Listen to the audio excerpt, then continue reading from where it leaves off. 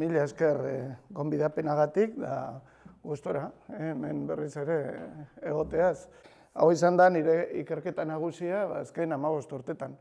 Eta egon naiz, orain arte 50 bat artxibotan, Europa eta Amerika osoan zehar, da milaka eta milaka dokumentu bildu ditugu. Milaka izan daitezke 30.000, 35.000, hor inguru. Toki guztietan, bazter guztietan badago Gernikaren arrastoa. Washingtonen aurkitu genituen, hor bakarrik, Estatu Batuetako artxibo nagusietan, igual, okerrez banago eta buruzari naiz, baina agian 12.000 dokumentu. Gernikaren ingurukoak, Durango, Gernikaren auziarekin zerikusia duten beste dokumentu batzuk ere hartuta, ez? Eta, gaur esango duana da hori, zer gertatu zen, bai, Gernikan. Hain zuzen ere, azteko hau ezaguna duzuen, noski, Picasso Gernika egin zuen, da kuadroa, da alemanek Paris hartu zutenean beran zegoen, Parisen. Eta denbora pasata, aleman bat joan zitzaion, gestapokoa edo zerbitzu ezkutukoa, ez dakigu zehazki nortzen pertsona hori, kuadroaren erreprodukzio batekin. Txikia, bakizue jatorrizkoa dela, izugarria handia, hormago bezala oso handia da, ez? Da, erreprodukzioarekin eta galdetu zioten, zuk egin alduzu hau? Eta berak erantzun zuen, ez, zuek egin zenuten. Hortaz, gaur egingo duguna da, hori pixka bat ikusi zer gertatu zen Gernika, nork egin zuen, zergatik, gauza guzti horiek. Da, historia luzea da, hemen ez naiz asko bakizue, honi buruz, hortaz ez naiz luzatuko hemen, Uztailan, 26ko Uztailan, general batzuk kolpestatua intzuten Errepublikaren aurka, Espainiako Errepublikaren aurka, da Euskaldun hau gerra horretan sartu ginen. Guretzat ezen izan Gerra Zibil Espainola, noski. Gero ikusiko dugun bezala, Gernika honbatu zuten piloto guztiak alemanako italiarrak ziren. Hortaz hori guretzat ezen Gerra Zibil Espainola izan, 36an bai hasi izan, erbestearekin batera, gure erbestea etzan 39an hasi. 36an ja eskapatu ziren gure familiako kideak, besteak beste. Nafarrotik edo Arabatik edo Gipuzkoatik, Bizkaira, iparraldera edo altzuten tokitara. Orduan, guretzat gerra hasi izan 36an, baina etzen bukatu 45 arte. Gerra bat, da, ez 36, 39 da gero Bigarren Mundu Gerra. Guretzat hori dana, gerra bakarra Euskaldunentzat. Eta etzan izan ez zibil ez espainola. Eta gerra bat baino askoz gehiago izan zen ere bai. Hori aurrek urtean ikusi genuen genozidioaz eta hitz egitean. Baina, hasieran, estatu kolpe hori, antolatu zuten Sanjurjok eta Molak. Franco oso berandu sartu zen matxinatuen artean. Izan ere, azkenetariko bat izan zen matxina horretan sartzen. Hasieran, Mola eta Sanjurjo ziren, nagusi. Sanjurjo hiltzan hortxe, Uztailan 22an, okerrez banago, edo bere alase, da Mola eta Franco bakarrik geratu ziren. Eta bere alase Franco hartu zion aurrea, Molari. Besteak beste, Molak etzuelakoz behar bezala aurreratu, hemen, iparraldean, deitzen zioten iparraldeko frontea, Nafarrotik Bilbora. Eta ordea Frankok bai aurreatu zuen, desente, hegoaldetik. Eta gizon gehiago zituen, orduan, azkenean Franko bilakatu zen kaudillo. Baina berez, hasieran gauzak ez ziren garbi. Eta egoera hau zen, hau da izan ere, Estatu Batuetako enbajadorearen mapa. Hau, Ameriketako artxibotan aurkitutako margoa da, orduan. Ikusten dezute, arazoa hau zen. Frankok bazitun 20.000, 30.000, hor zenbakiak kopuruak ez dira oso garbi, baina 30.000 bat gizon Afrikan, Marrokon. Da, Marokotik peninsulara pasa behartzitun, Sevillatik Madrid hartzeko. Hori zen plana. Mola, iparraldean, Iruñetik hartuko zuen Bilbao eta bar, eta Frankok Marokotik Sevillaruntz eta Sevillatik Madrid hartuko zuen, eta kitxo. Oain, arazoa zeukan Frankok, behar zuen gizon horiek, 30.000 gizon horiek, soldadu horiek, pasa itxasuan zehar. Modurik errezena pasatzeko 30.000 pertsona da itxasuantziz, baina ezin zuen hori egin. Zeren eta Errepublikar Armada, Espainiako armadaren parterik handiena Errepublikarekin egin zuen bat. Orduan, arriskutsu egia zen. Ez zuten kontrolatzen itxasua. Orduan, erremedio bakarra zen hegazkinez. Pasa, 30.000 pertsona hegazkinez, garai hartako hegazkin baten asko jota 40 pertsona sartzitezkeen, imaginatu. 40, 30.000 edo 20.000 edo denako kopuru hori pasatzea asko zen, baina modu bakarra. Orduan, orain arazoa eta hegazkinak eta pilotuak, zituzten ez pilotorik, ez hegazkinik, nori eskatu? Inglesei? Ez. Inglesek ez zizaien hegazkinik edo ez emango zergatik. Ze, bueno, Britania hundia demokrazia bat zan, eta ez zuen estatu kolpe bat animatuko edo apoiatuko edo sorospenik emango horretarako, Frantziak ez da ere, eskatu behar zion, beste estatu totalitario bati. Osea, kasu honetan, bi aukera zituen, edo 3. Oliveira Salazar, Portugalen, baina horrek ez zituen hegazkin asko, Hitler edo Mussoliniri, eta haiei eskatu zieten. Mussoliniri ja eskatu zizkieten hegazkinak otsailean. 36ko otsailean ja eskatuta zituzten hegazkinak. Hitlerri hortxe, uztailean. Eta orduan askotan ikusten dugunean, hau historia, eta diskursoak eta normalean dira oso arrazionalak. Eta gizakia ez da arrazionala. Gizakia gu guztiok emozionalak gara, gizaki emozionalak, eta hu adibide bat da. Franco hortzegoen Afrikan eta bertzuen hegazkinak. Zer egin zuen? Besterik gabe bilera baten hartu zuen kapitain bat, esan zen kapitain Arranz, da, hain zuzen, eta esan zen bera. Tori gutun hau, idatzi zuela 5 minututan ormaian, eta esaten, bera, kaixo Hitler, ni Franco naiz, eta behar ditut, ustut, eskatu zizkiola 15 bat hegazkin. Eta, bueno, bombak, eta pilotoak, eta beste. Eta hori eman zion Arrantzi, eta bializun Berlinera. Punto. Zer gehiago antolatu gabe. Bazituzten kontaktu batzuk, Gesen bitartez, ara jantzan, Arrantz Berlinera, eta nola ingaizki antolatu zituzten gauzak, Arrantz Berlinera iritsi zenean, Hitler ez zegoen Berlinen. Eta orduan zer egin? Eta Arrantzek esan du, nork agintzen du hemen, nor ditu hegazkinak? Gerinek, Mariskal, orduan zen generala oraindikan, general Gerinek ditu hegazkinak, da ministro del aire, horren bila, eta hola joan zen. Eta egun horretan bertan, Hitler operan zegoen. Eta ikusten ari zen, bakizu, Bayreuth, ez dakit ezagutzen duzuen, Bayreuth zen, hau, Wagnerren jaioterria, eta bertan dago Wagnerren etxea. Eta urtean behin, abuztuan, udan, orain aldatu dira pizkadatak, garai hartan, uztailean amaieran, ospatzen da, hori, operaren astea, Wagnerianoa, ez? Eta antzegoen Hitler, antzegoen ikusten, hau, Siegfriedo, Wagnerren Siegfriedo. Historia da Loti ederraren historia. Siegfriedo heroia da, eta Brunilda emakumezkoa. Orduan, Brunilda zigortua dago zu eraztun baten barrun. Eta bakarrik askatuko du zu eraztun eta lo horrengandik heroiak. Heroiak badu hor ikusten dezute adarra joz puskatuko du zu eraztun hori, sartu, musukatu, eta bestea esnatu, eta, takitxo.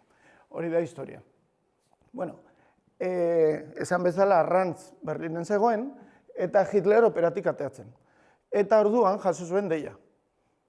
Badago hemen espainol bat, nahi dituenak hegazkinak komunisten kontra borrokatzeko. Berarekin zeuden jende pilo. Besteak beste, gerra ministroa zana, Blomberg, besteak beste Rosenberg, Goebbels, eta beste gerora oso famatuak izango diren ministro edo, nazi horiek ez. Eta guztiek esan ziote Hitlerri ezetz. Ezin zala erabaki espainolei laguntza eman ala ez, klaro, etzekiten ezer, etzekiten Franco nortzan, etzekiten gauzak nolaterako ziren, etzekiten hegazkinei galduko zituzten edo ez, zein izango zen Britaniarren erreakzioa, frantsesenak, etzuten nahi mundu gerra bat sortu, hain bizkor, hain azkar, orduan guztiek ezetz.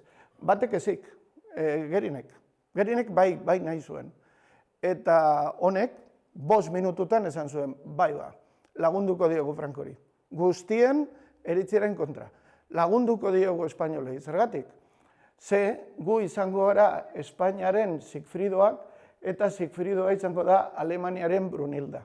Eta operazio honi jarriko diogu Magic Fire, Feuersauber da zu magikoa. 5 minuto. Erabakia, hola izan zen. Bat ere razionala, bat ere hola. Gauza da, zergatik zegoen, hau da gerin, zergatik gerin hain alde. Hori arraroa da, zeka guztien arrazoiak ezetza emateko garbi dago, inongo ziurtasunik, zer gertatuko den, hegazkinak garestiak ziren, hori dana, nazioarteko iskanbila, eta bar. Ordea, honek bai. Eta gainera, gerinek epe horretako gutunetan, gutun trukea irakurtzen baldin badugu, ikusten dugu zegoela, baina obsesionatuta, errepublikar itsasontziak ondoratzekin. Alik eta itsasontzi gehien nahi zituen ondoratu. Hori zergatik. Eta ze nolako ustarpena dagoen bat eta bestearekin. Hau da, Frankori baietza laguntzeko eta itsasontziak ondoratzeko ideia horiekin zergatik. Eta hori kostatu zitzaidan pilo bat ikustea. Eta gutxi gora bera, erantzuna hemen dago. Hau da, garai hartako Alemaniako gobernua. Ez da ikusten, ez importa, goian diktadura bat denez, Hitler. Bera zen algustiduna, bera zen, diktadorea. Hau da, guztien gainetik zegoena. Führer izenekoa. Betik, zegoen Rudolf Hess. Rudolf Hess zen nazi alderdiko diputatua. Hau da, Hitlerren delegatua, ordezkaria alderdi nazian. Hoi izan, nolabait esateko garai hartan, hori erregimen horren bigarrena edo, ondorengoa, Hitlerren ondorengoa. Eta gero zeuden ministroak, ministro pilo. Eta, karo, diktadura baten, gerrara, abiatuta zegoen diktadura baten, 36an bazekiten bigarren mundu gerra gertatuko zala. Gutunetan ja hitz egiten hasi dira, urrengo gerran egingo dugu hau eta beste, eta ja planifikatzen ari zen gerra. Orduan, gerra ministroa importantena, hor Bloomberg izan dudan bezala, generala, eta hori adibidez bazegoen oso garbi Franco laguntzearen kontra. Gero zegoen noski ekonomia ministroa, oso importantea, gerra bat egiteko behar da dirua, eta dirua hor zegoen.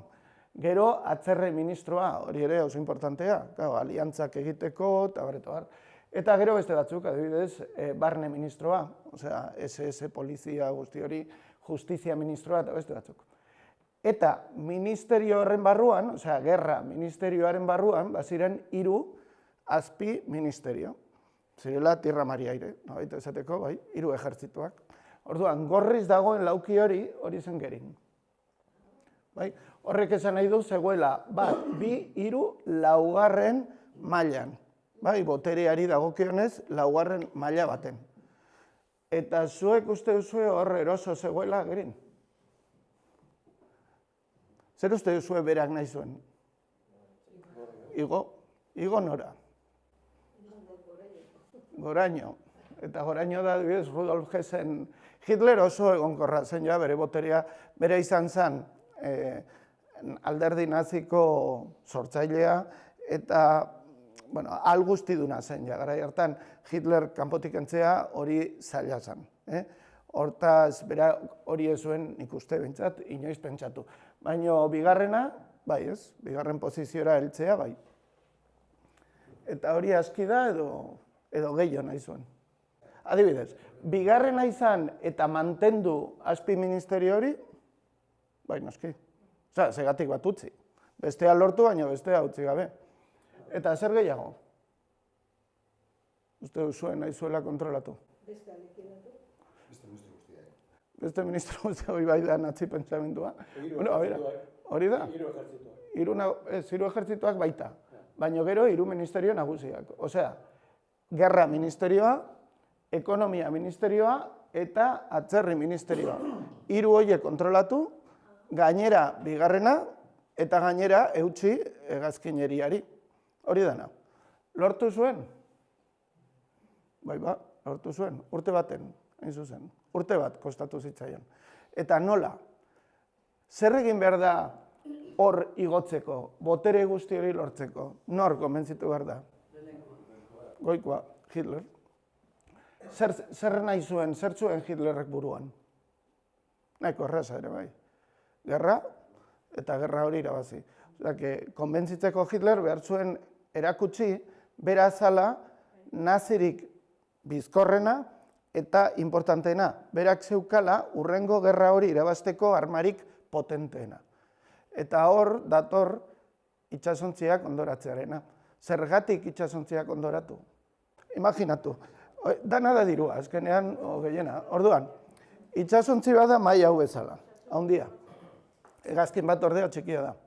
Garai hartako hegazkinak nahiko merkeak ziren neurri baten, ez ziren proportzionalki gaurkoak bezain garestiak. Ez zituzten elektronikarik eta gauza horiek ez zituzten. Orduan, neurri baten nahiko merkeak. Ez dakit, kopuruak eta liburuan daude, kopuru zehatzak, baina imaginatu itsasontzi honek balio zuela $1 milioi. Zenbat balio zuen hegazkin bat, proportzioan? Bat, hortxe. Dolar milioi batekin, milioi batekin, euro, dolar, dena delakoa. Deusesterik balin bat zegoen 100. Oso garbi dago, arma horrek ez du balio. Balio duena da hau. Hau da, hegazkinak, eta noski, bera balin bazan hegazkinen buru, bera izan bartzun, eta ez Reder gerra ministro. Berak zeukan armarik potenteena. Eta horregatik ondoratu zituen hainbeste itsasontzi, 400 eta piko. Ondoratu zituzten 3 urtetan. Demostratzeko ze arma balio gabea zan itsasontziak. Eta hain zuzen ere horregatik Bigarren Mundu Gerran alemanek submarino asko izan zituzten, urpikontzi asko izan zituzten, eta itsasontzi gutxi. Itsasontzitan ez zuten inbertitu. Honegatik, justo honengatik. Orduan, klaro, jaba zeukan Hitler konbentzitua edo Sasi konbentzitua horretaz. Berak zeukala armarik boteretsuena, oain. Zer egin bertzuen demostratu. Zer egin dezake hegazkin batek, itsasontzi batek egiten ez duena. Egan, eta eraso, noski eta bar, baino adibidez, gauza bat itsasontzi batek egin zinduena da, frontetik urruti dagoen, edo kostatik urruti dagoen, hiri bat desagertarazi. Mapatik desagertarazi. Hori itsasontzi batek ezin du egin. Eta artilleriak ez da ere. Artilleria hurbildu behar da. Horde, hegazkin batek, o hegazkin talde batek, suntsitu dezake, oso urruti dagoen toki bat. Izan daiteke hiri bat, izan daiteke forte bat, izan daiteke hori demostratu hartzan. Eta hor dator Gernika. Hau da, demostrazio empiriko bat ere Hitlerrek behar zuen. Eta argazkiak, claro. Eta hori ikusiko dugu gero. Osea, hori ja gutxi gora ulertuta, baina haure, zergatik nahi zuen Gerinek hainbeste gauza, zergatik nahi zituen 3 ministeritza horiek kontrolatu, eta, Hitlerren ondorengoa izendatua izatea, hori izan zen, gerora, eta gainera hori dana zergatik. Ze 2 gauza nahi zituen Gerinek. Osea, zein da bere benetazko helburua. Ze hori hor dago. Zer? Boterea, bat, eta 2, dirua. A ber, zenbat da, beira, garai hartan, soldata medioa ziren 2000 marko urtean. 2000 marko. Zenbatekoa zen azpi ministeritza horren buru zen bakoitzaren soldata. Gaurko dirutzen gutxi gora bera honen soldata zen 150.000 euro urtean. Da, gaizki. Etzara bat ere naziona. Hori txikikeri bada, horrek ez den baten ez da. Orduan, zein da ministro batena? Bikoitza, 300.000. Hortaz, ministeritze batena, 300.000. 3 balin baituzu, 900. Gehi, 150.000. Hori da ba, milioia. Bigarrenaren soldata zein da? Bikoitza, 600.000. Bat 3, olauak, ordan dugu, 900.000 gehi 150.000 gehi 600.000, $1,7 milioi urteko. Hori dago gaizki? Hori lortu zuen 2 urtetan. Hori zen bere soldata. Gerra amaitu ondoren, hau da, Espainiako gerra amaitu ondoren. $1,7 milioi dolar. Hori ez da ezer. Hori ez da deus lortu zuen diruarekin boterea erabiliz. Zeka, hauek adibidez, Polonia hartu zutenean, honek hartzen zuen nahi zuena. Etxe hau, palazio hura, lurralde hauek, baso hura, dana, barrura. Eta hori askoz diru gehiago zen, 1,7 milioi baino aski gehiago. Orduan, dirua egiteko makinak ziren. Eta hau nagusi, bai, horretan, beste batzuk baino askoz gehiago egin zuen. Orduan hori, hegazkineriak irabaziko du hurrengo gerra, hori zen mezua, eta izu bombaketa zen hegazkin horren erraminta edo arma. Izu bombaketa da bombardeo de terror, eta honen arabera gerrak egiteko biderik naziena. Hau da, toki bat hartu eta desagertarazi. Berak esaten zuen hori zela Thor, pertsonai mitologiko horren mailua. Bai, bum, etzen ezer geratzen. Bai, bomba horiek bota eta dana desagertarazi. Eta horrela etorri ziren ona. Bai, badakizue voluntarioak zirela, teorian, hau da Hitler Berlinen, eta hau da Kondor Legioa. Kondor Legioa deitu zitzaion, ze ezin zuten adierazi, nola baita esateko, hauek alemanak zirenik. Hauek ziren voluntarioak, bolondresak. Ona etorri ziren, euren hegazkinekin, euren kabuz, Frankoren alde borrokatzeko, baina zeuden ofizialki ejerzito alemanaren barruan. Hori da Komite de la Intervención da guzti hori. Eta, bueno, Euskal Herriera etorri zirenak, orokorrean gerrara etorri zirenak, baina Euskal Herrian egin zuten lehenengo aldiz, borroka hola Legion Kondor modun, hegazkin guztiekin eta ziren bi hauek. Burua zen Hugo Esperle. Eta estatu nagusiko burua Richthofen. Eta bi pertsona guztiz ezberdinak ziren. Hugo Esperle gizon handia zen, kasik 2,10 metro, ez dakit zenbat neurtzen zuen, izugarri altua, eta pisatzen zuen ia 200 kilo. Oso handia. Deitzen zioten hartza, el oso, euren soldaduak eta. Eta oso humore txarrekoa eta bar. Eta badago anekdotaren bat honen inguru, zuei iruditzen zaizue pertsona erakargarria, guapoa. Guapoa da, era. Hitlerri ere bai. Hitlerrentzat zan bere ejerzitoko pertsonarik guapoena edo itxurosoena. Hitlerren aburuz... Bai, bueno, ez dakit. Bai, Hitlerrek ez zuen esan guapo, esan zuen erakargarria presentziakoa, ez? Eta orduan, monokuluarekin, eta, bueno, orduan, Txekoslovakia hartu zutenean, Txekoslovakiako presidentea garai hartan zen atxa. Hitlerrek antolatu zuen bilera bat, Txekoslovakiako presidentearekin, halako mahai baten, jarri ziren, Hitler erdian, hemen gerin, eta hor Esperle. Eta aurrean, atxa, presidentea, Txekoslovakiako eta beste bik. Hitlerrek agindu zion honi, hor egotea, eserita, ezer esan gabe, agintea zeukan, ezer ez esatea, eta horrela begiratzea etengabean atxari, presidenteari. Bilera guztian zehar.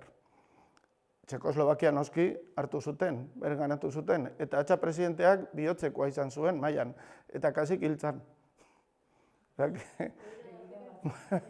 Bueno, honen begirada eta gerinen, bueno, hitzak eta zirelata, eta bai, ia hiltzan hor. Bueno, hori da Esperle. Eta bigarrena Richthofen. Richthofen zen justo kontrakoa.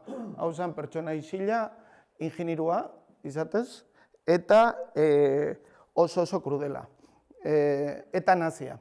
Hau zen alderdi naziko kide. Esperle zen inoiz izan alderdi naziko kide, eta gerra amaieran Hitlerren kontra paratu zen horietako bat izan zen.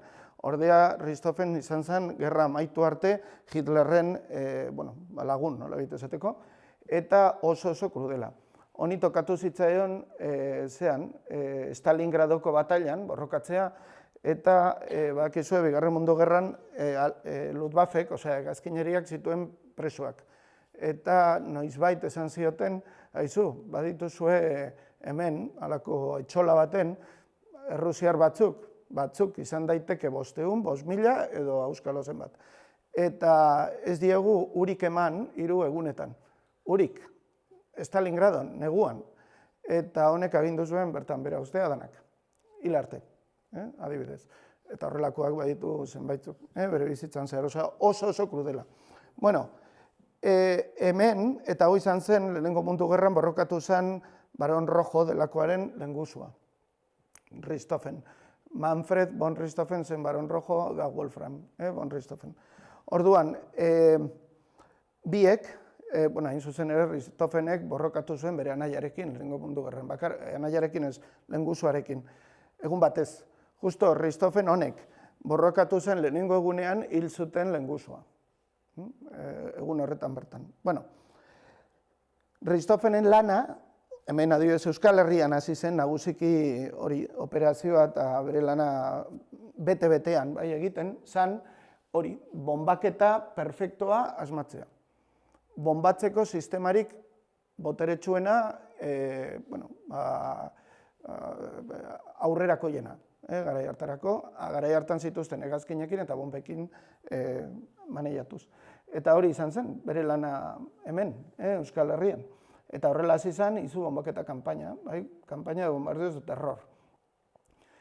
Bombaketa guztiak, eta hori azpimarratu behar da, bombaketa toki bat bombatzeko behartzen Francoren agintea.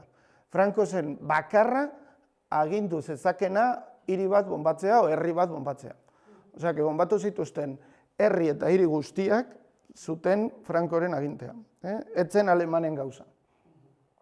Eta, hau da Gernika, hauek dira Gernikako etxeak, eta hola, garai hartakoak, horrelakoak ziren, edo zein herri baten, Euskal Herri baten horrelako txoak dira, gehienetan. Orduan, Gernika nahiko handia zen, Euskal Herriko tamainan, eta honek, ikasi zuen, nola etxe hauek deusestatu. Arazo asko zituzten. Eta hau da plano bat, adibidez. Hau da plano britaniarra, baina, guztiak ari ziren ikasten. Ikasi zuten hau. Imaginatu hemen edifizio bat dagoela, bai etxe bat. Hau etxe bat balin bada, bomba bat botatzen balin badugu, bombak horrela erortzen dira, bai. Orduan, jotzen du, non? Teilatuan, etxearen teilatuan jotzen du bomba, gainetik dator. Lehertzen balin badagoian, zati handi bat kenduko dio, alako koska bat egingo dio, baina etxeak zutik dira, ez da erortzen. Orduan, etxea erortzeko, botatzeko zer behar da, zer puskatu behar da, beko partea. Zimentuak. Orduan, zimentuei emateko gainetik botatzen den bomba batekin, modu bakarra da, pistoi bat jartzea, bombaren puntan, bombak leher egiteko jo eta demagun segundo bat edo 2 segundo geroago. Orduan, ez da bomba lehertzen momentuan. Jotzen du teilatuan, klak, pistoiari eragiten dio, eta 2 segundo geroago lehertuko da. Bomba horiek pisatzen zuten 250 kilo. Eta abiadura zuten 450 kilometro orduko. Zuk imaginatu, hemendik sartzen dela, teilatu honetan, besterik gabe teilak eta egurra, katxarro bat 250 kilokoa, 450 kilometro orduko. Bueno, pasatzen du harria ere bai. Baina erraz. Eta 2 segundotan bera doa. Eta hor geratzen da, klak. Eta gero, segundo bat geroago edo, pum, lehertzen du, eta orduan bai, edifizio guztia erortzen da. Bomba bakar batekin, 5 solairuko edifizio bat zimentuz egindakoa. Osea, imaginatu etxe hauek. Erraz, bomba bakar batekin. Eta hori ikasten hasi ziren. Orain, zer gertatzen da? Bai, edifizio guztia erortzen da. Eta zer? Jendea hiltzea ez da erresa. Orduan, hor barruan geratu dira, non zeuden adibidez errefugioak? Azpian. Hori dena gertatzen balin bada eta erortzen balin badira harriak eta zer gertatzen zaila behan daudenak? Hilko dira? Segurenik ere ez. Orduan, hori dana, hondakinak eta gainean geratzen balin badira eta kentzen balin badira, beko jendea atera daiteke. Zer egin daiteke hori saiesteko? Erre. Orduan, behin 250 kiloko bomba horiek bota, ondoren, ez dakit dudan, ez dut argazkirik, egin behar dana da, bomba txiki horiek, incenderioa gainean bota. Horiek igotzen dute temperatura 3500 gradutara. 3500 gradu. Garbi dago zer gertatu behar dan. Zer gertatuko dana da oso latza. Hor dago ondakin amendi bat, eta hor botatzen dira incendiarioak, milaka. Orduan, temperatura 3500 gradu. Temperatura hori bera joango da bere alase 1500 gradutara, zergatik.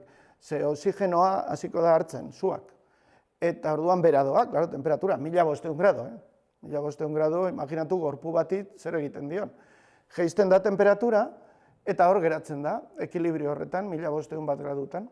Zenbat orduz? Bueno, Gernikan adibidez 3 egunez. 3 egunez, sua, etengabean, ezin zan itzali. Orduan, zer gertatzen da? Temperatura gora doa. Gora doa, osea, 1500 gradutara, baina gora ere bai. Bakizu ez, suak eramaten du gora. Eta orduan, oxigenoa jaten du, eta hor, erremolinoak zurrunbilo batzuk sortzen dira. Baina, zer gertatzen da bera? Ze jende hori bizirik dago, oraindik hanbean. Zer gertatzen da bera? Temperatura bera ez da hain azkar igotzen. Bera igotzen hasiko da temperatura, baina gutxika kontaktoz. Ez indukzioz, baizite kontaktoz. Orduan, gutxika temperatura hasiko da igotzen. 100, 200, 300, igual 10 orduta gero, temperatura egongo da 200 piku grado. Eta jende hau hilko da, ez erreta, egosita, labe baten bezala. Hori edo itota. Zeka, ez dago oxigenorik. Hori zen eriotza. Hori da eriotza bombaketa baten. Oso jende gutxi hiltzen da momentua, nola, bomba erori eta pum. Hori ez da gertatzen. Ez bazaizu bomba gainean erortzen. Bai? Osea, oso latza. Hori dana neurtu zuten. Adibidez, elorrio hartu zutenean, Ristofensen lehenengoa honek egunero egiten zuen gauza bera. Eta hemen ez dut argazkirik, baina, bueno. Joaten zen mendipunta batera, eta mendipunta horretan ikusten zituen hegazkinak bombatzen. Eta notak hartzen zituen. Hegazkin hauek berandu iritsi dira, hauek goizegi, ez dakiz zer, kontrolatzeko, ez zegoen telefonorik, hegazki pilotoekin ezin zen hitz egin. Orduan, bueno, notak hartzen horrengo egunean hobeto egiteko. Eta gero, arratsaldez, hori egiten zuen goizeko, bueno, gozaltzen zuen txampana ostrekin, egunero. Bai, ostres con txampan. Hori goizeko 4:00. Gero, 5:00 kotxez, Mercedes-Benz baten frontera. Hor zaldi batzuen zain eta igotzen zen mentira. Handikan ikusten zituen bombaketak, eta gero, arratsaldez jeitzen zen, eta joaten zen hartutako herritara. Dima, Legutio, bueno, Legutio hartuta zeukaten, hiri guztiak, besteak beste Elorrio, ze hori idatzi zuen. Eta orduan hor, elkarrizketatzen zuen jendea. Biziraun zuten horien arteko batzuk. Zergatik, non zeunden. Zer gertatu da hemen hauek bizirik geratzeko. Zergatik horma hau ez da erori. Hurrengoan botatzeko, claro. Eta bar. Egunero. Horrela egontzan, hemen egontzen 3 hilabete horiek. Eta besteak beste, konturatu ziren bere alazea, hau da argazki italiar bat, bomba guztia botatzen baldin badituzu, lauki baten barrun, hau da, bomben konzentrazioa gero eta handiagoa, gero eta, claro, kaltea handiagoa. Orduan, bote behar zituzten bomba guztiak, ahalik eta toki txikienean, baita esateko, gero baita ere, lehergailuen proportzioa, toki horretan izateko ahalik eta handiena. Honekin guztiarekin esan nahi dudana da, guztia kontrolatu zukatela. Dana pentsatuta. Ez zerrezen gertatu, besterik gabe, bai. Eta hauek ziren, gutxi gora bera hegazkinak, hauek dira ehiztariak, bai? Eta hauek ere kaltegarriak ziren, ze, klaro. Besteak ziren bombaketariak, zituzten bomba pisutsuak, eta, bueno, botatzen zituzten esan bezala. Hauek egiten zuten beste modu batez eraso. Hauek, hau da Fiat bat italiarra, alemanako zuantzekoak ziren, eta orduan, piloto bakarrekoa ikusten duzu hegazkin txikia. Eta hauek normalean zituzten 2 metraileta. Metraileta horietako bakoitzak botatzen zituen 20 bala segunduko. Eta bala bakoitza zen atzamar baten tamainukoa. Osea, horietako 40, segundo bakoitzeko. Hauek joaten ziren 250 kilometros duko. Orduan, klaro, zer egin dezakezu horren kontra.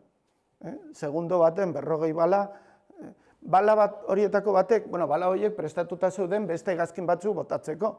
Imaginatu, horietako bala batek obik, ematen balin bat zion pertsona bati, burua lertu. Erditik, bitan, banatu, hori oso arrunta zan. Notak ditugu, aurkitu dugu, gorpu erdi hemen, beste gorpu erdian, ametrailatutakoen artean. Bomba batek ez du ez errusten.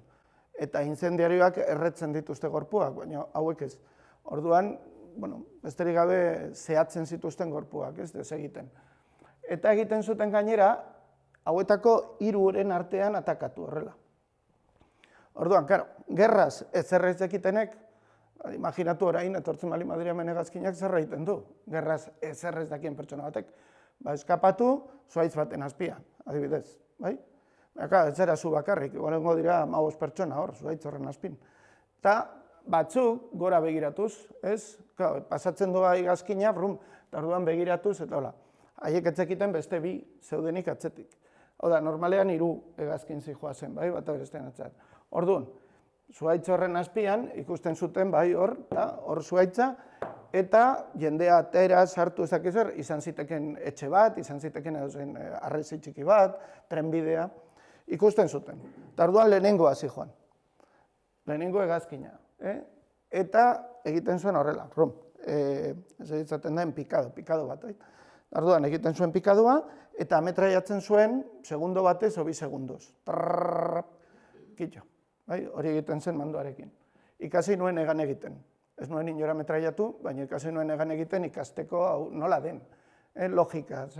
Orduan, bera, ametraiatu, eta zein da pertsona horien erreakzioa? Korrika, eitea. Orduan, dana korrika baten. Hor zegoen ja, bigarren hegazkina. Bigarren hegazkinak ikusten zuen jendea korrika egiten. Korrika egiten zenbat. 10 kilometro orduko, asko jota.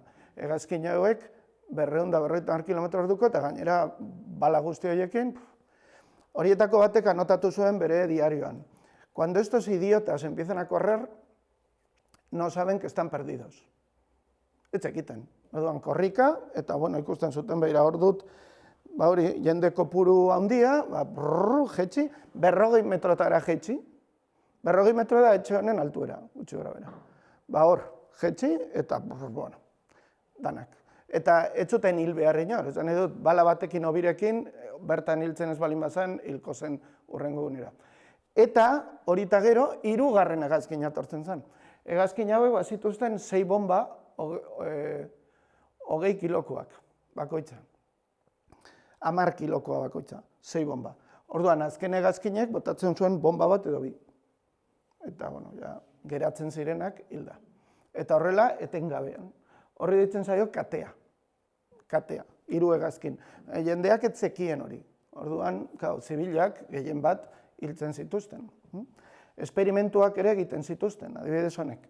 Hau da, Hans Wondel, nomoa ditzen zioten, eta, oso hegazkin gutxi bota zutela gudariek, ez zegoen antiaerio honik, oso zaila zen hegazkin hauetako baten bertan bera botatzea ez.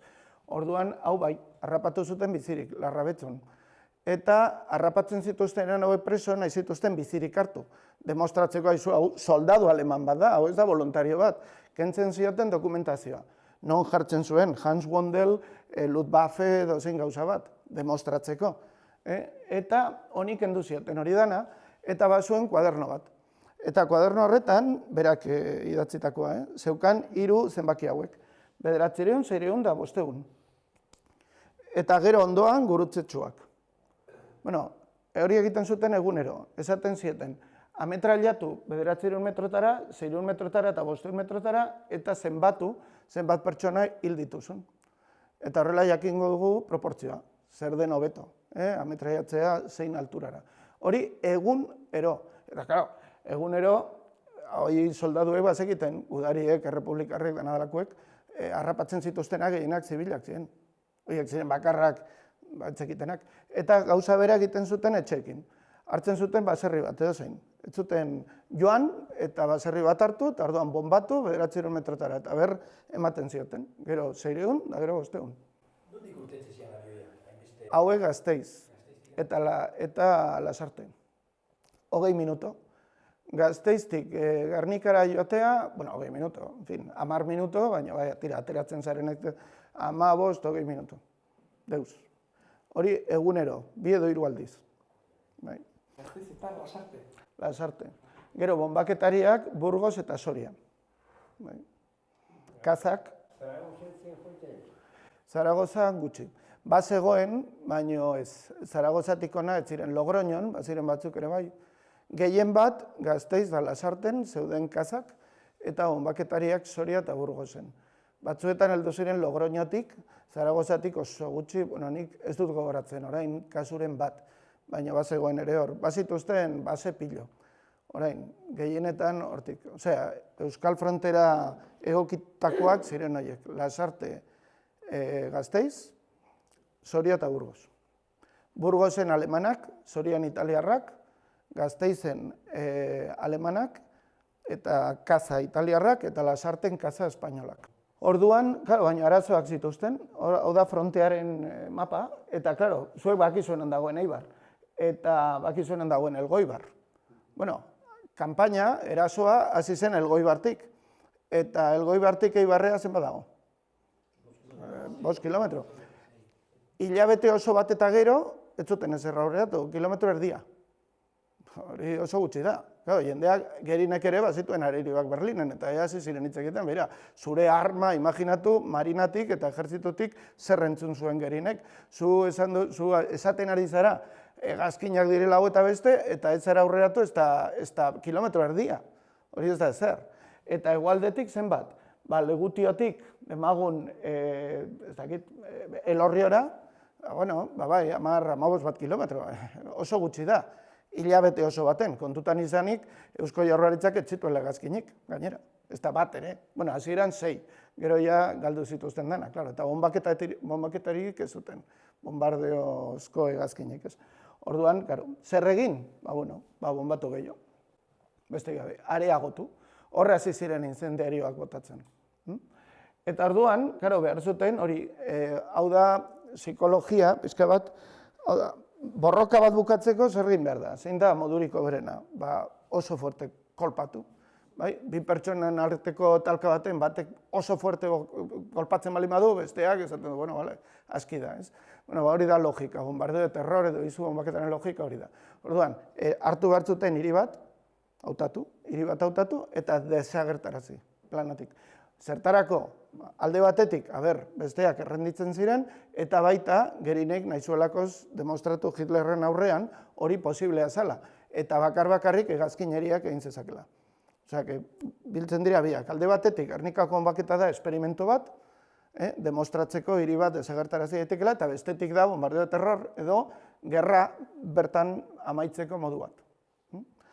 Eta zergatik Gernika, hori da galderarik importantenetako bat. Zergatik Gernika, ze, klaro, beste batzuk baziren. Eta honetarako oso naziak izan behar zait, ulertzeko, niri kostatu zait 10 urte, hau da ulertzea. Tamaina perfektua zeukan, hori azteko. Gernika hiri txikia zen. Hau da, zenbat hegazkin zituzten? 60 bat, 60 hegazkiekin Bilbo ezin da desagertarazi.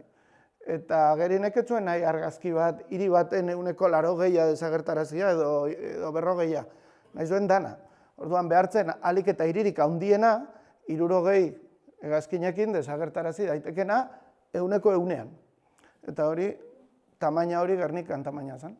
Bestetik, dentsitate antiko hiria zen, ez da gauza bera. Azpeitia honbatu, adibidez, eta inorre ziltzea, edo Gernikan zen merkatu eguna astelenetan. Astelen baten, Gernika txikia da, orduan, astelen baten 10.000 bat pertsona zeuden, kilometro karratu baten laurdenean. 250 metro karratutan, hor sartuta 10.000 pertsona. Oso dentsitate handia. Eta gainera, nor joaten zen merkatura? Soldaduak? Ez. Zibilak? Erraza. Jendea, erraz hiltzeko jendea. Orduan, densitate handikoa. Horregatik bombatu behar zuten astelen baten. Hiri diseinu beribila zen, ze etxe guztia daude bat besteari lotuta, harrizko etxeak dira hau bezala, eta kale hau bezala, ez? Orduan, probatzeko, zein zeak ziren, bomba incendiarioak dira hauek, txiki hauek, ze efektiboak ziren eta probatzeko primera. Ez egon antiaeriorik, orduan, ez zuten problema, hegazkin baten bomba ongi botatzeko behar duzu alik eta bajuen eta alik eta motelen egan egin. Oso altu bombatzen bali baduzu, bomba haizeak eramaten ditu. Orduan, antiaeriorik nola ez zegoen, bomba zezaketen oso baju eta oso motel. Oso ongi apuntatuz. Eguraldi ona behar zuten eta frontetik hurbil behar zuten hiri egotea, zergatik. Ze haiek nahi zuten hiria ikusi, eta argazkiak atera, eta bar. Baina ez zuten nahi, beste batzuk gauza bera egitea. Orduan, teorian, hiri hori bombatu, akatu, eta hurrengo momentuan bertan, egun berean edo hurrengo egunean nahi zuten hartu, eta itxi. Inork ez jakiteko zer egin zuten. Claro. Orduan behar zuten hiria egotea frontetik hartu, ez oso urruti. Orduan etorriko ziren Inglaterratik, Frantziatik pertsonak, bai, ikuskariak eta gurutze gorria, hori dana, kazetariak, hori dana gertatu zen, hain zuzen, eta horregatik gaude hemen gaur. Ze horrek izan zuen izugarrizko talka, horrelako gauza bat heldu zenean Inglaterrara. Eta haiek nahi zuten hiria hartu hurrengo unean. Eta gero ospitaleak eta merkatua. Ospital bat da bombatzeko tokirik egokiena. Ze jendea ja eri dago, orduan ezin dute korrikarik egin, hau da, gehienak hilko dira. Eta gainera dira edifizio handiak, erraz, bai, zehatzeko, hori egin zuten gerran, bueno, Keipo de Llanok eman zuen aginte hau ospital guztia bombatzeko. Eta hurrengo egunean bombatu zuten Lekeitioko ospitala, adibidez. Ospital guztiak, hasi ziren bombatzen, eta Gernika noski, eta gero merkatuak. Eta simbolikoa, azkenean Gernika da demokrazia eta independentziako simboloa euskaldunentzat, orduan gure foruen, gure hori, dana. Eta, kolpe fuerte bat emateko behar da toki esanguratsu baten ematea, ez edan nun. Eta azkenik, egun seinalatu baten, behar zuten, egun seinalatua zein da, aprilean. Edo zein egun bat hautatzerik bali badago, zein izan daiteke egun seinalatu bat. Honetako oso nazi behar dugu zuen izan. Bai, astelena behar zuen izan, hori bat. Baina gero, egun bat, hola, esanguratsua. Aprilak 14, zeba? Adibidez, hori izan ziteken gauza bat, Errepublika gunean bombatuko dugu, hori baino naziago. Adibidez, bat batek esan dit batzuetan, igual, aste santuan, igandean, o Paskoan, bueno, dena dakoa.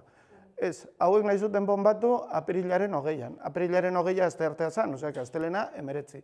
Zergatik, aprilaren 20a zan Hitlerren urtebetetzea. Orduan, hau zan, urtebetetze, oparia. Hori izan bartzan. Eta, etzen gertatu, zergatik, 19an eguraldi txarratea zan, oso, euria eta, orduan ezin izan zuten bombatu, eta atzeratu berri izan zuten aste bat. Eta hor badaude gutunak, eta hola. Adibidez, maiatzaren 12an bombatu zuten ere oso fuerte, zelako Inglaterrako erregearen koronazioa. Eta orduan saiatu ziren. Ikusten bali baduzue, Bigarren Mundu Gerran, alemanek bombatu zuten beti oso fuerte aprilaren 20an. Atenas eta Norvegia eta Inglaterrako Londresko lehenengo bombaketa hola izan zen aprilaren 20an. Orduan, aliatue gerora, 42an bombatu zutenean Alemania lehenengo aldiz, Berlin bombatu zuten aprilaren 20an ere bai. Hau da Gernika. Orduan, nola bombatu zuten? Pentsa dezakegu, hartu zituzten hegazkin pilo bat eta pom, bomba bota, ez, inondik inora. Dana pentsatu behartzan, alik eta destrozua hundien egiteko, baina baita ere alik eta jende gehien hiltzeko. Orduan, jakin behar dugun gauza bakarra importantea da, hemen goian, hemen gurutzea dagoen tokian, hau da iparraldea, baita esateko iparraldea dago hemen, horma hau izango zen iparraldea, eta itsasoa. Hemen itsasoa dago, eta hura izango zen hegoaldea, Durango. Hemen izango zen ekialdea, eta mendebaldea Bilbo. Orduan, han ez zegoen radarrik. Orduan, hegazkinak zeudela abisatzeko, modu bakarra zetuen, hor, izar hori dagoen tokian, mendi bat dago, Aixorrota, hor, bazegoen gudari talde bat, bandera gorri batekin. Ikusten zituztenean hegazkinak etortzen, egiten zuten hola, eta seinalea ikusten zuten Andra Mari Elizan, eta San Juan Elizan, baina Andra Mari Elizan zeuden beste gudari taldeak. Ikusten zuten eta azten ziren, eta baziren soinu ezberdinak, alarma larria, eta alarma bukatu da. Esateko eta beste batzeko, tira, hola. Orduan hori izan. Karo, itxasotik heltzen baldin badira hegazkinak, eta gainera baju, egan egiten, 9 kilometro dira. Zenbat denbora da 9 kilometro 250 kilometro orduko? Oso gutxi, 5 minuto. Orduan denbora ematen du. Itxasotik heltzen bali badira hegazkinak ez dago denborarik alarma jotzeko. Eta orduan jendea ez da iristen errefugiotara. Zuek pentsatu errefugia dagoela, imaginatu hemen gaudela, eta errefugia dagoela plaza nagusian. Elizan. Zenbat denbora kostatuko litzaiguke alarmak entzun eta ara joateko. Gehiago, zekau, beti gaude gauzak egiten. Imaginatu zuk dituzu seme alabak hor, sukaldean, edo sua piztuta, edo tabar, orduan suak itzuli, itzali barkatu, seme alabak hartu, igual seme alabak daude, ez dakit, lehengusi baten etxean, orduan joan behar duzu. Azkenean, kalkulatzen zen 10 minuto ordu laurdena. Gutxi gora bera. Orduan, klaro, 5 minututan, oda, itxasotik helduta, danak sorpresaz. Eta danak kalean. Hori hona da. Zara dut, nazien ikuspegitik. Ez? Klaro, ze ez daude sototan. Haiek nahi zuten jendea sototan. Klaro. Orduan zer egin zuten? Eta hori baita kostatu zitzaidan asko. Lehenengo hegazkina bonbatu zuena etorri zen betik, ekialdetik. Eta hemen dago beste mendi bat, hemen dago, hori, hau da, hori izango zen Foruako bidea, hau da Lekeitioko bidea, bai? Orduan, hortxe, mendi horren gainean, hasi zen horrela egiten, infiniton ikurra 8 bat. Zenbat denbora? Ordu laurden bat. Ordu laurden bat egon zen bueltaka, hegazkin bakarra, txikia, ehiztari horietako bat. Eta orduan bai, alarma jo, jendea ara joan, eta ordu laurden bat pasata, pum, bonbatu zuen hor borobila handia herrigunean, dagoen toki hortan. Bota zituen hor 6 bonba horiek 10 kilokoak. Eta, bizpairu etxe, ziren erretzen, da bar eta bar. Jende guztia ja dago errefugiotan. Gehienak, errefugioak daude atope. Hain zuzen ere, testigo guztiak esaten zuten, estamos como sardinas en lata, itxita. Eta bata besteari, hor ezin arna sartu, eta orduan zer gertatzen da orain? Hori eta gero beste hegazkin batzuk etorri ziren, baita ere ekialdetik, ongi biztan, eta bonbatu zuten lerro baten, hain zuzen ere hemen, lerro hori, hor bonbatu zuten, ta. Zergatik, zer nahi zuten apurtu? Zein da gauzarik importantena? Ez, eta pentsatu ere, zubia zuten ukitu nahi ere. Ikusiko dugu. Zubia hortxe dago, hemen. Hau da zubia, errenteriako zubia. Hau bonbatu zuten. Hain zuzen ere bonbatu zuten hau. Zer da hau? Etxetxo txiki hori. Horreatik hainbeste jende hiltzen hor. Hor bota zituzten bomba pilo. A ber, zer bomba mota bote behar dituzte? Jende heltzeko handi horiek eta gero incendiarioak. Gau, zein da suaren arerioa, ura. Orduan, zer behar dugu txikitu? Hori da, depositoa. Ura. Uri gabe usteko iria. Eta horreatik bombatu zuten hori. Eta ez hori bakarrik. Bombatzen bali maduzu, baino gutxi. Hau ziren 3 hegazkin. Bonbatzen bali maduzu hirigunea zer gertatuko da? Zein da erreakzioa? Zibilak, aurrak da, errefugiotara. Eta demagun gudari batzuk baziren erian, eta nor joango da hirigunera laguntzen? Ospitaleko jendea, hau da, erizainak eta medikuak, zuhiltzaile gutxi batzuk, erian zera, eta gudariak. Poliziak, ertzaina batzuk, da. Hoiek nahi dituzue bizirik bonbaketa amaitzeko orduan? Ez. Orduan, da dituzu jende guztian nahi duzun tokin. Zekao, inork ez zuen pentsatzen beste bonbaketa bat etorriko zenik. Hori zen, bonbatu dute Gernika, bagoazen laguntzen, jendea errefugiotan, eta bar. Eta hori da. Eta mediku guztiak kanpon, erdigunean, ez errefugiotan ez ezer, kanpon. Gero, bai, noski, pentsa dezakegu batzuk saiatuko direla ihes egiten kanpora. Eta horretarako hartu zituzten 10 kate, osea, 32 hegazkin, 11 kate, lehen esan dakoak, 3 hegazkinetako kate horiek, 32 iztari, 32 hegazkin, hori da 11 kate, eta jarri zituzten bueltaka, Gernikan zehar. Nola deitu zioten horri? Zu magikoa. Gogoratzen Sigfridoren historia eta zu magikoa. Hor ametraiatzen eta ametraiatzen, hau da, eritik kanpo atera nahi zuten guztiak ametraiatzen. Lehen esan dudan moduan, bai? 1, 2 eta azkena. Zenbat denbora? Ordu erdi 45 minutu. Zergatik? Zenbat denbora kostatzen zaio ospitaleko jendeari joateko, lehenengo eriak ateatzeko, hori dana ordu erdiko kontua da gutxienez. Orduan itxoin behar da, eman bertzaile denbora, iristeko, horregoteko, eta orduan bai. Orduan etorriko da bigarren bonbaketa sakona. Hor etorriko dira bonbaketari guztiak. Eta horiek nondik etorriko dira? Itxasotik. Hor bai ez dute nahi, inork ikustea, eta orduan bapatean hor zaudela, hori Joseba Losai kontatzen du, eta bertako testigo gehienek, orduan bapatean ikusi zuten hori etortzen, inork ez zuen espero hori. Eta orduan zer egin zuten, hori 21 bonbaketari haundi, pisutxo horiek, etorri ziren itxasotik, hor 150 metroko, korredore batetik, nolabait esateko, irunaka, horrela, 1, 2 eta 3. Orduan, irurek bota zituzten bomba guztiak. Bombak ziren horrela, imaginatu, hau bomba bat baina dago, bomba horiek zintzilikatzen, kutsa baten barrun, kutsa handi bat, hau bezalako haula, eta bombak barruan, ez?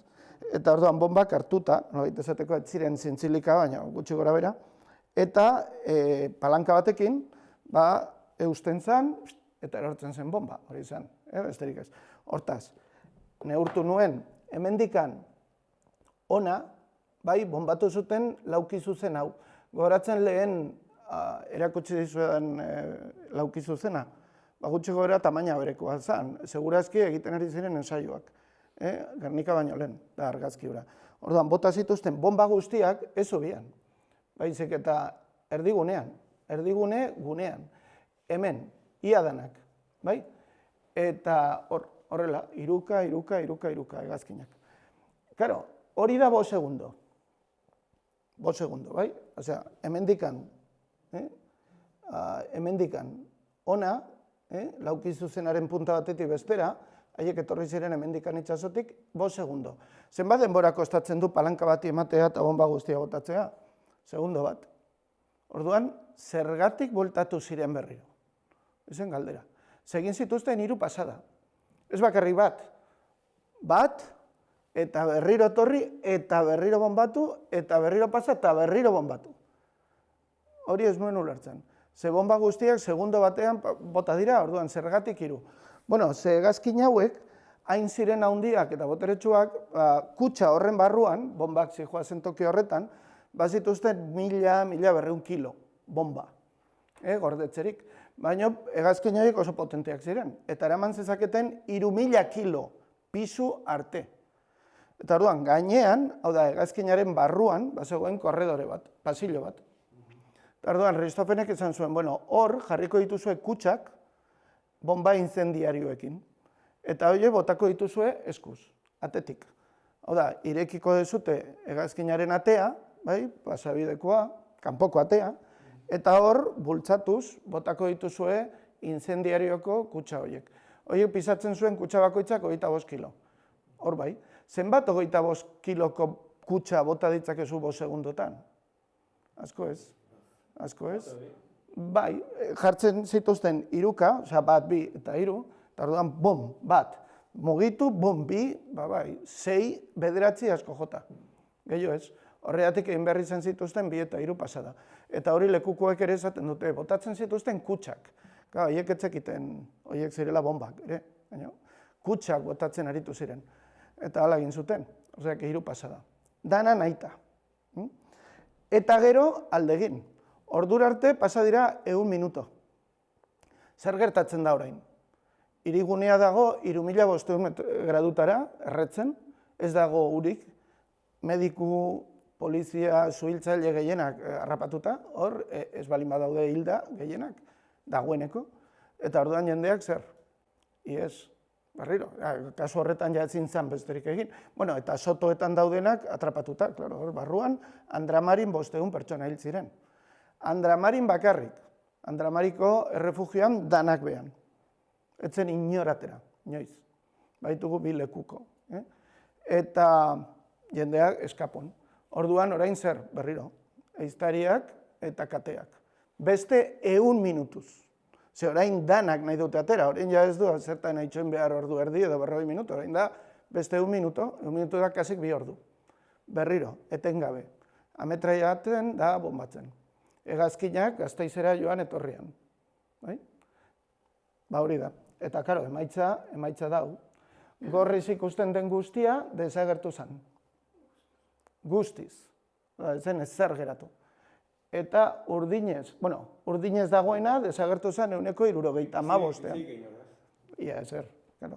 Eta asko atera ziren bizirik, hori da galdera. Nola atera ziren, orain ikusiko ditu argazkiak da. Eta hori dagoena 25% bitarte, zehatuta. Nola baita esateko, hiriaren 85,22 desagertu zen. Gorriz dagoena. Desagertu da, desagertu. Etzan geratu harri bat ere. Eta gero beste guztia kaltetu. Osea, kaltetu gabe geratu zen 1%. Eta zein da, azuk esan duzuna. Fabrikak, Gernikako arbola, juntetxea eta zubia. Ez zutelako ez nahi. Hori ukitu, zergatik, orain ikusiko dugu. 2000 lagunetik gora hil ziren. Eta hori badakigu dokumentatua dagoelakoz. Badugu, Jaurlaritzak egin zuen erregistroa. Eta zenbatu zituen 1954 hildako. Batzuk esate dute hori gezurra dela. Zergatik. Niri inork ez dit hori demostratu, ez dago dokumenturik, ez dago ezer.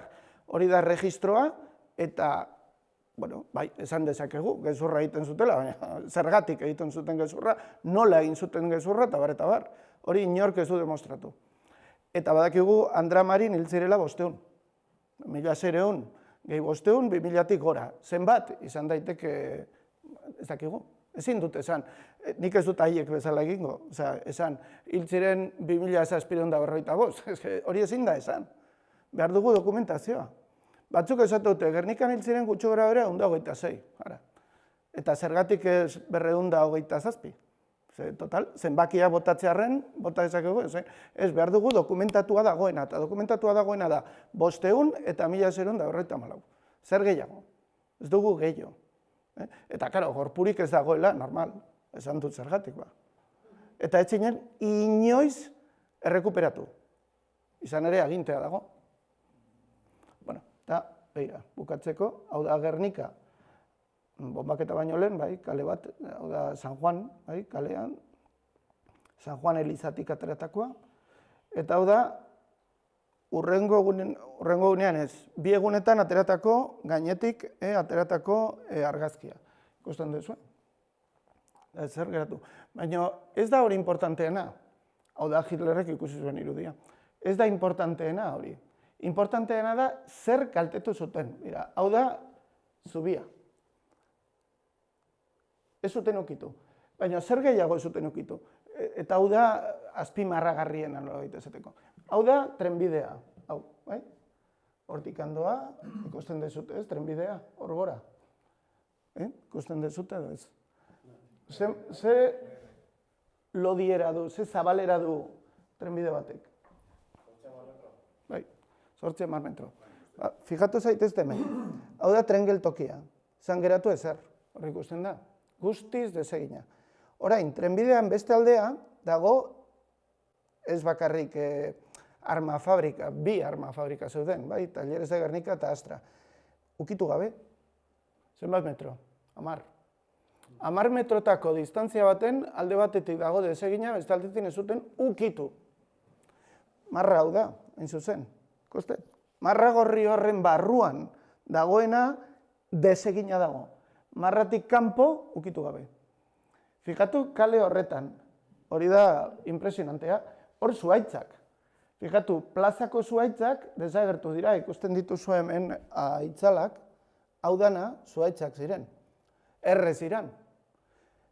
Kale horren beste aldera, paseilokuan, ez dira ukitu. Hor jarraitzen dute zuhaitzak. Hori ez da 10 metro, hori dira 6 metro igual. Beren aldekoak bizizien hor edo? Bai, horregatik ez zuten bombatu etxe hauek. Hemen bizi ziren Gernikako aberatsenak, normalean ez frankistak. Hartan ez zegoen frankista hori indikan, baina tradizionalistak bai, bai, karlistak, pro-Franco edo pro-alzamiento edo, eta horregatik hori ez zuten ukitu. Hori da arrazoi bat. Eta badakigu gainera planoak eta pasa zizkietela. Esaten haizu, hau ez ukitu. Arma fabrika zergatik ez zuten ukitu. Beak erabiltzeko. Trenbidea beak erabiltzeko. Exacto. Trenbidea zuten ukitu, haiek. Eta zubia, berdin. Zubia ez zuten ukitu nahi, ze haiek behar zuten zubia. Claro. Ez hori bakarrik, juntetxea hemen dago ez zuten ukitu, zergatik.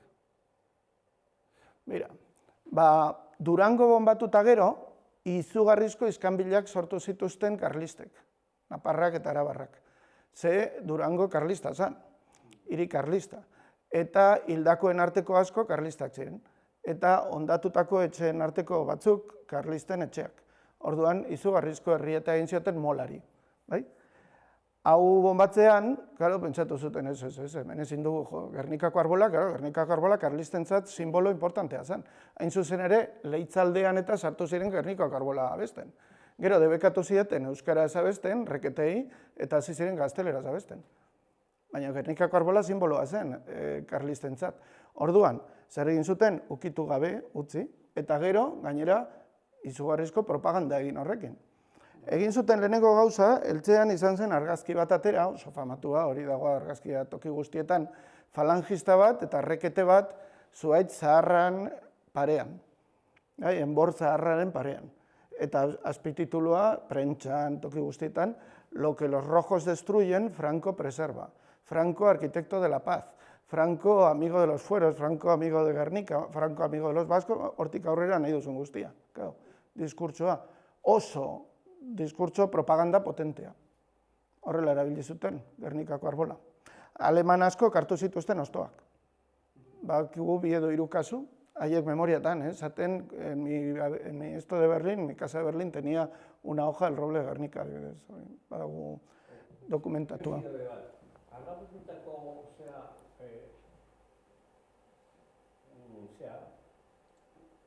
udari hori, aleman hori, bizirik atea zan o? Bestea esan duena, Wandel, bai. Edo, zein diozu, Ristofen? Wandel, bai. Wandel, bai. Izan ere, historia kuriosoa da hori, ze Wandel, bai, el nomo. Hori epaitu zuten eta heriotza zigorra jarri zioten. Eta orduan fusilatu bartzuten. Baina, eta hemen historia bilakatzen da etxeko historia, 37ko maiatzan, Manuel Irujo bilakatu zen justizia ministroa. Eta Madriltik eman zuen agintea inorrez fusilatzea. Ez bakarrik Euskal Herrian, baizik eta inon. Fusilamentuak gelditzeko, biziak salbatzearren. Eta orduan fusilamentu guztiak etenean geratu ziren. Leizaolak ere eta Agirrek ere hori neurria gustukoa izan zuten eta ez zituzten fusilatu. Hain zuzen ere, gerra amaitzean, hau da Bilbo hartzean, Leizaolak berak eraman zituen 2000 preso hor hartxandara eta hor eman zizkieten. Danak bizirik.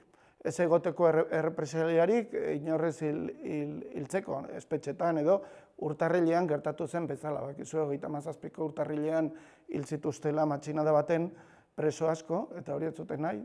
Haiek ziren kristauak eta, nik uste ongi egin zutela. Eta honi, ez zuten fusilatu eta gerora jarritu zuen borrokatzen Bigarren Mundu Gerran. Horrela geratu zen. Gernika ikusten dezuten bezala, hau argazkia da, gehien, honekin bukatuko dut, hau da Elosegui. Eta nik elkarrizketatu nuen lehenengo persona, bonbaketana izan zen bera. Joseba Elosegui, ez dakit, hau oso famatua izan zen zegerora, bere burua erre zuen Frankoren aurrean da bakizuen. Eta gero baita ere hartu zuen Museo del Airen, Museo del Ejérciton, Madrilen, oraindikan bazuten, hau izango zen 82, oraindikan zuten ikurriña como trofeo cogido al enemigo. Eta orduan, egun horretan etorri zen etxera. Hori gertatuta gero, igual urrengo astea, kontatzen, oso laguna zen amarekin eta aitarekin. Orduan, hor ezagutu nahi lehenengo aldiz, eta nengoen historia ikasten. Orduan, kontatu zigun Madrilekoa nola egin zuen, eta baita ere, hau. eta esan zidan, bera da, bai, bera da.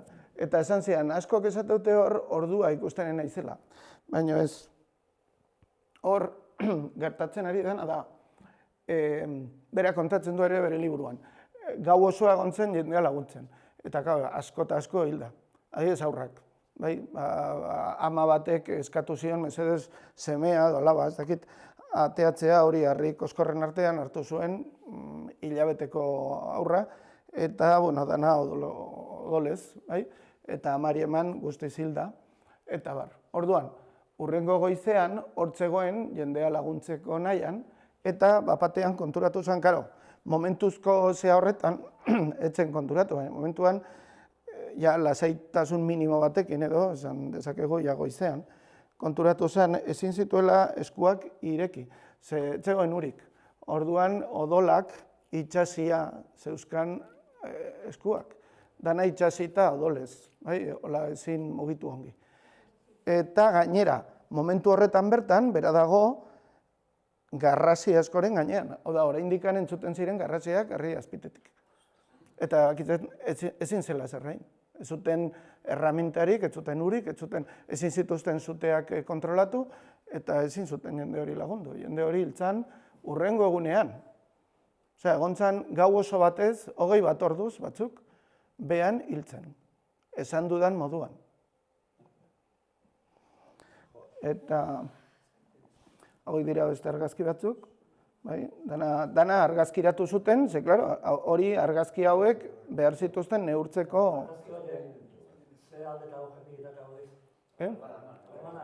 Bai, hauek italiarrak.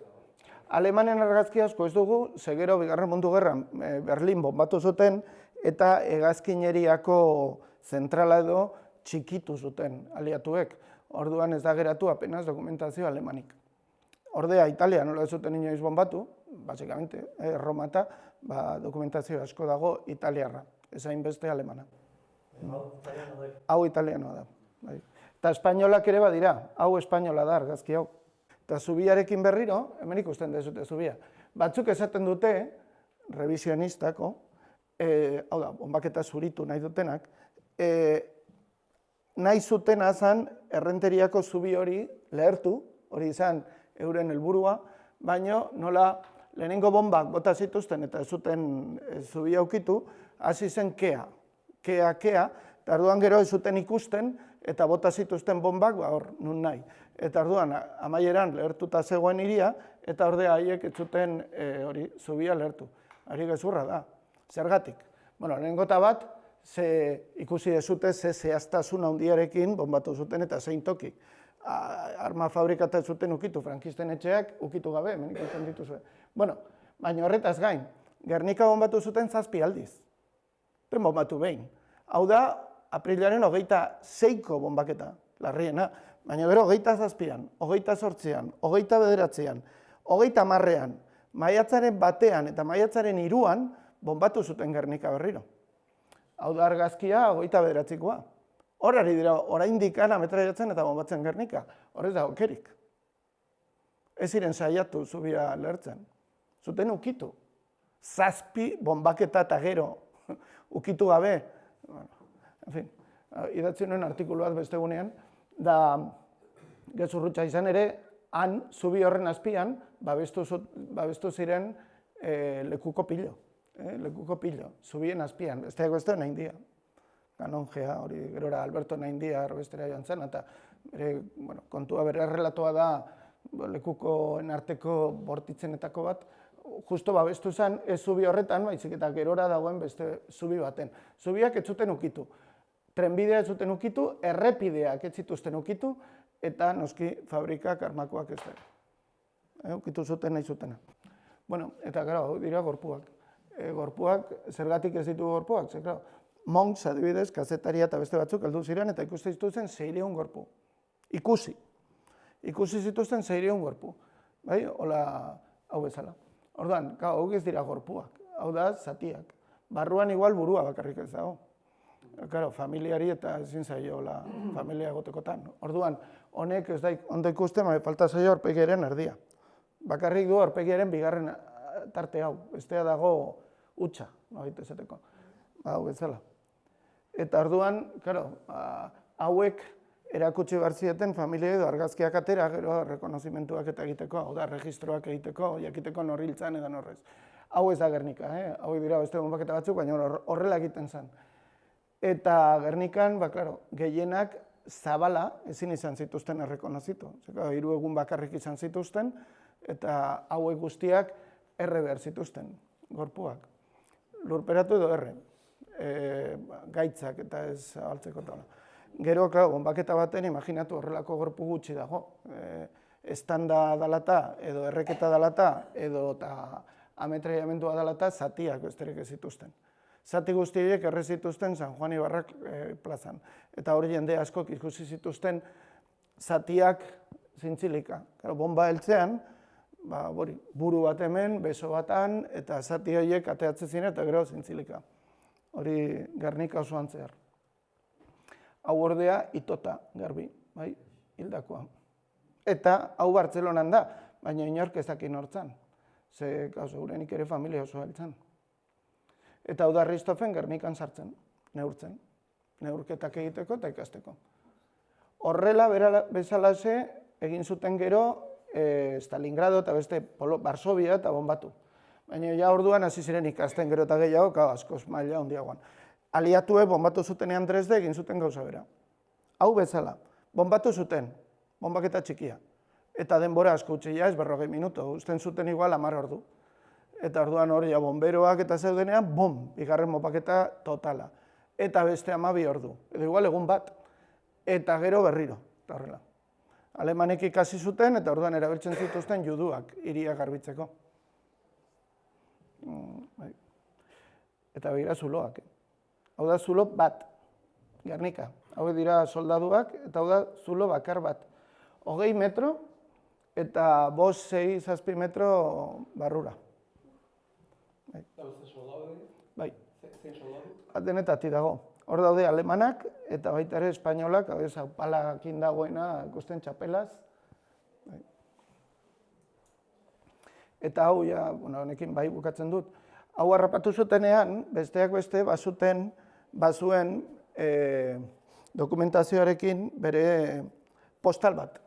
Bere neskalagunari idatzitako postal bat. Neskalagunak zuen Else izena zuen, Else.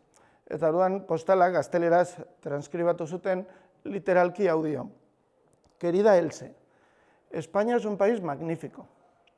Lo podemos destruir en unas pocas semanas. Ayer enterramos un pueblo, Gernika. Con amor, Hans. Hori zen neskalagunari.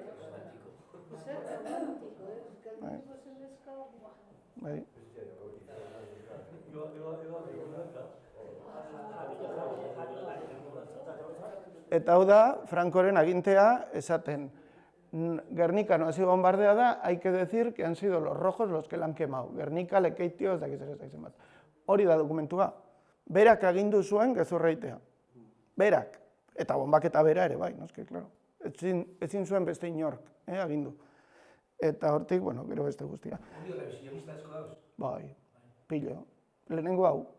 Hau izan zen, hau da, embajadorea, Alemania naziko embajadorea Berlinen, bai, Ribbentrop. Eta hau izan zen lehenengoa, gezurra zabaltzen, eta gero beste guzti hauek. Gaur egun arte, oraindik daude, ja inork ez du esaten, Gernikatzen inoiz bombatu, hori ja, ez da. Baina bai esate dute, etzen izu bombaketa izan, haiek nahi zutena zen errenteriako zubia bombatu. Edo, ez ziren hil 2000 baino gehiago, hil ziren 126 edo 350 edo inguru horretan, ikusi dituzu argazkiak. Edo ez ziren izan 60 hegazkin, izan ziren 28 hegazkin, edo zituzten 40 tona bomba bota zituzten 20 tona bomba, eta horri diskurtso guztia da erredukzionista, osea txikitzea. Gaitza txikitu, zuritu. Eta hau zen lehenengoa. Eta gero Gernika berregiteko, Gernika berregiteko egin zutena izan zen, presoak erabili, eta karo, jendeari, euren etxeak eta galdu zituztenei, eman zieten 3 aste nagusitasuna, propietatea erreklamatzeko. 3 aste. Erretakoak, Gernikako etxeak. Erretakoak 3 aste. Abertzale guztiak, han sozialistarik eta asko ez zegoen. Baina, bueno, abertzaleak eta horiek alde egin zuten. Ze erreklamatu behartzen in situ. Nori baten zen hor erreketen ofizinara, esaten, mira, etxe hura nirea da, eta zur nortzara. Eta investigazioa, paizakin, ezak ezer, hau gorria, fusilatzea ez. Ez ziren joan. Orduan, 3 aste. Etxe gehienak, asko, automatikamente propiedad del Estado. Erreklamatzen ez zirenak, propiedad del Estado. Erreklamatzen zirenak, berregin behar ziren. Berregin zuten Gernika eta egin zituzten asko etxe gehiago. Zergatik. Saltzeko, espelkoa. Osea, imaginatu zenbat balio du herri oso batek. Pilo bat. Eta gero gaur egun badago, publikoki ez, eta finantzia asuntoak eta hauek ez, nahit ezateko zikinkeriak, imaginatu gara hartan. Nork egin zuen, ze enpresek egin zuten errekonstrukzioa, nori ematen zitzaien kontratuak. Atzamarrez, zu. Orduan, berreraiki zuen Gernika, regimenak, asko sokerrago da, Frankok adoptatu zuen Gernika, bere alaba bezala. Eta orduan eman zuen dirua errekonstrukzioa egiteko modu honetan. Presoak erabiliz eta bar. Behin errekonstruitu zutela, dana saldu. Eta dirua, hau da, etxeak erreklamatu zituztenak ere ordaindu behar zuten. Guztiek ordaindu behar izan zuten. Eta, propietario gabe geratu zirenak, horiek automatikamente estatuari dirua, eta besteak ere bai. Euren etxeak berreskurazteko ordaindu behar. Eta diru hori guztia, al regimen. Negozio borobila. Eta gero, horren guztiaren gainetik, Gernikako arbolaren irudia eta Franco arkitekto de la paz. Hori ere dago, han, artxiboan dago. Bai, eta dokumentalak, eta bar. Eta... Hemezortzian hasi zen, Espainiaren hemezortzian, eta handi lau egunea Otxandio bombardea. Bai. 22an. Bai. 77 hiltako da. Bai, 71. Orain arte hori eman dute datua Jon Irazabalek eta bestearen izena zudoratzen, baina hemen dago, liburuan, ekarri dizuet liburu hauek, zuetzat, ez dakit liburutegian. Hau da, esan dudan guztia hemen dago datu zehatzekin, nola. Eta hemen dago baita ere Otxandiokoa, ez du goratzen beste, baina Jon Irazabalek ere ematen du datua, 71 hildako orain arte, zenbatuta, klaro, igual gero gehiago aterako dira. Otxandiokoa izan zen, negargarria ere, bai.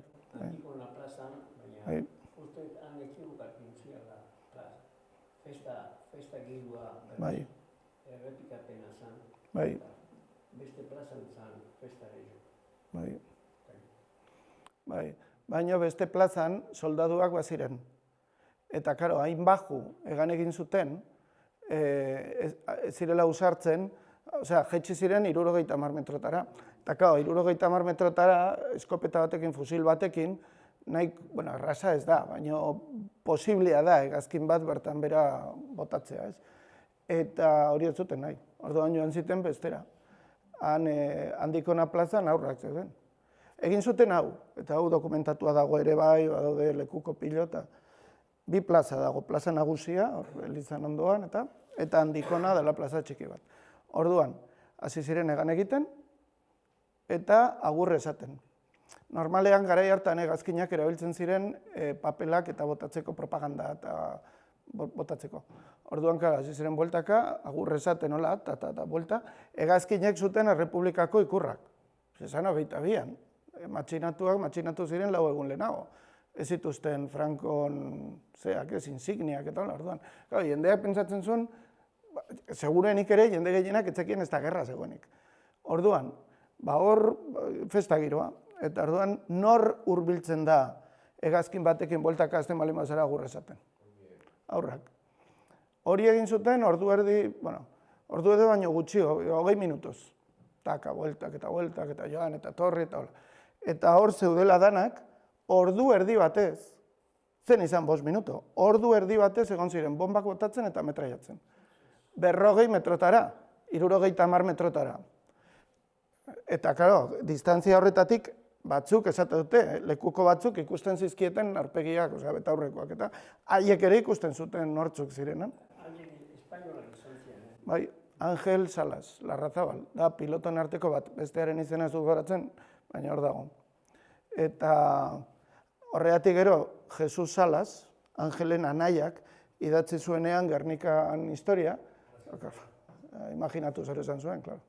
Ura izan zen lehenengoa esaten zubia zala helburua, 28 tona bomba bota zituztela bakarrik, eta bar.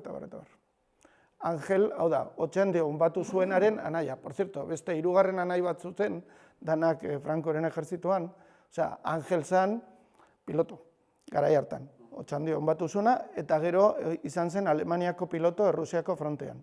Hori Angel. Jesus izan zen, baita ere generala, del Ejército del Aire, errege honek eman zion sari bat, historiografia eta 3. anaia izan zen idatzi zuena, uste dut Manuel Dala, ez seguro orain, idatzi zuena Los muertos en Navarra. Esan zuen, los muertos en Navarra a manos de los requetés o de los alzados no pasaron de 700. Hori da bere kontua. Eta gaur egun badakigu 3.500 gora direla. Eta pixet, hemendik aparte baino zein da Gernika kuadruen historia? Bai. Zeinen enkargu zoitzan, horti hori desberdina babitzegoetara. Bai, hor buf, eta baita ere istilu asko dago, eta hola. Gauza bat bai izango, ez dakit zehazki, osea, badira teoria ezberdinak.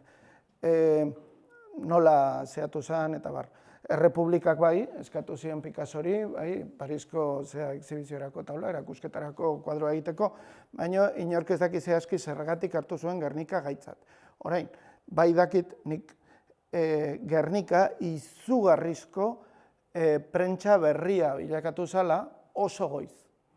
Batzuk esate dute, errevisionistak. Si no fuera por Picasso, nadie sabría lo que pasó en Gernika. Hori ez da egia. Izan ere, bakarrik estatu batuetan, 7.000 berri, jaso ditut nik, Gernikari buruz, gehien zabala lehenengo orrialdean, egunkari guzti hauen lehenengo orrialdean, aprilaren 27-tik, uztailaren 1 arte. Hau da, nola baita esateko, Picassok bere kuadroa Parisen jarri zuenerako, Gernika zen mundu zabalean, behintzat Europan eta Ipar Ameriketan ezaguna. Eta horregatik hartu zuen Picassok titulu, Gernika. Ze bazekien askoz inpaktu handiagoa izango zuela bere kuadroak izen horrekin. Oraindikan pilpilean zegoelakoz.